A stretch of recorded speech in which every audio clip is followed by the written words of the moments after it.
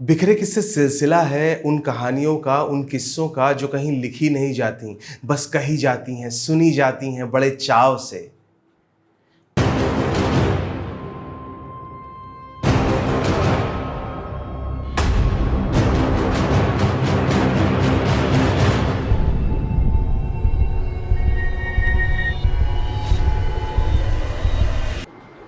बिखरे हैं कितने किस्से यहाँ, कुछ इस गली में, कुछ उस मोहल्ले में, कुछ में। ये लाइनें फर्स्ट पार्ट में भी मौजूद हैं और अगर आपने फर्स्ट पार्ट नहीं देखा है तो आई बटन क्लिक कीजिए और आप देख सकते हैं। वैसे डिस्क्रिप्शन बॉक्स में भी लिंक दिया हुआ है। अगर आप नए हैं तो बता दूं, मेरा नाम रोहिताश है और यह है मौसीकी कैफे, जहां मिलेंगी आपको कविताएं, कहानियां, शॉर्ट फिल्म्स और म्यूजिक। तो कंसीडर सब्सक्राइबिंग। इस कहानी को आगे बढ़ाते हैं। प्रस्तुत है बिखरे किस्से की ये कड़ी कतवारुच्चा। तो आज जो किस्सा आपको सुनाने जा रहा हूं उसे मुझे सुनाया था तौकीर ने। तो ये किस्सा है गाजीपुर के किसी गांव का, जहां रहते थे कतवारुच्चा। कतवारुच्चा का दीन धर्म से तो कोई लेना देना था नहीं, हाँ मैं से बड़ा गहरा रिश्ता था। कतवारुच्चा सुबह पीते, शाम को पीते, दोपहर को पीते, रात को पीते और उसके बाद जब कभी उतर जाती तो फिर पी लेते और पीने के बाद जब माथे तक चढ़ जाती तो जिससे खौआए होते उसके द्वार पर जाके गरी आते, अरे पलनवा तेरी मां की।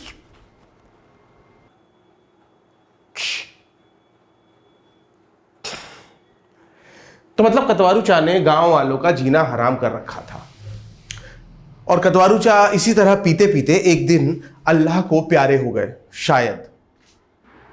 तो उनके मरने से गांव वाले दुखी तो थे नहीं, खुशी थे। तो खुशी खुशी उनके जनाजे में वो लोग शामिल होने गए और उनको दफना करके वापस आए ही थे और द्वार पर बैठ करके पानी वानी पी ही रहे थे कि तभी किसी ने देखा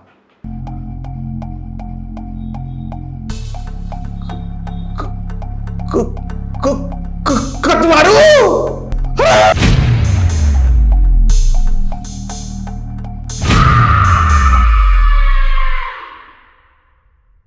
मतलब कतवारुच्चा अल्लाह को भी प्यारे नहीं हुए। उसके बाद तो कभी कुत्ता, कभी बिल्ली, गांव वालों को हैरान परेशान करने में जो कोई भी कसर बाकी रह गई थी, कतवारुच्चा उसको पूरा करने में लग गए। खौफ का आलम ये कि मगरिब यानी शाम की नमाज के बाद गांव के सभी खिड़की दरवाजे बंद और गांव वाले दरवाजों के भीतर।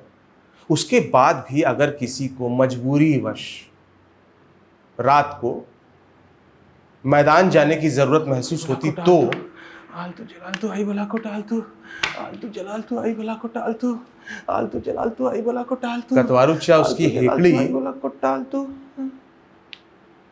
निकाल दे।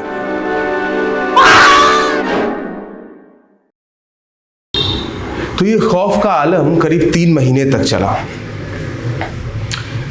उसके बाद गांव की ही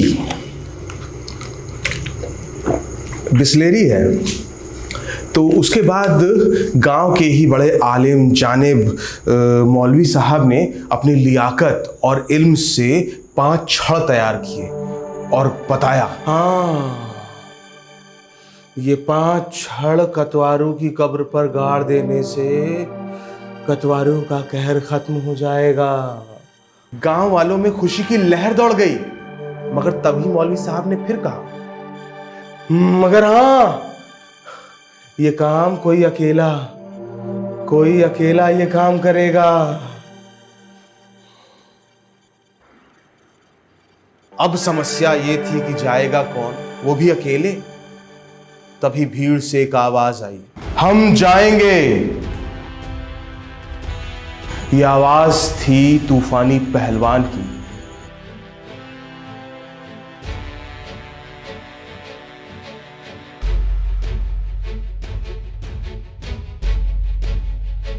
तूफानी पहलवान बड़े बहादुर और थोड़े बहुत जानकार किस्म के आदमी थे।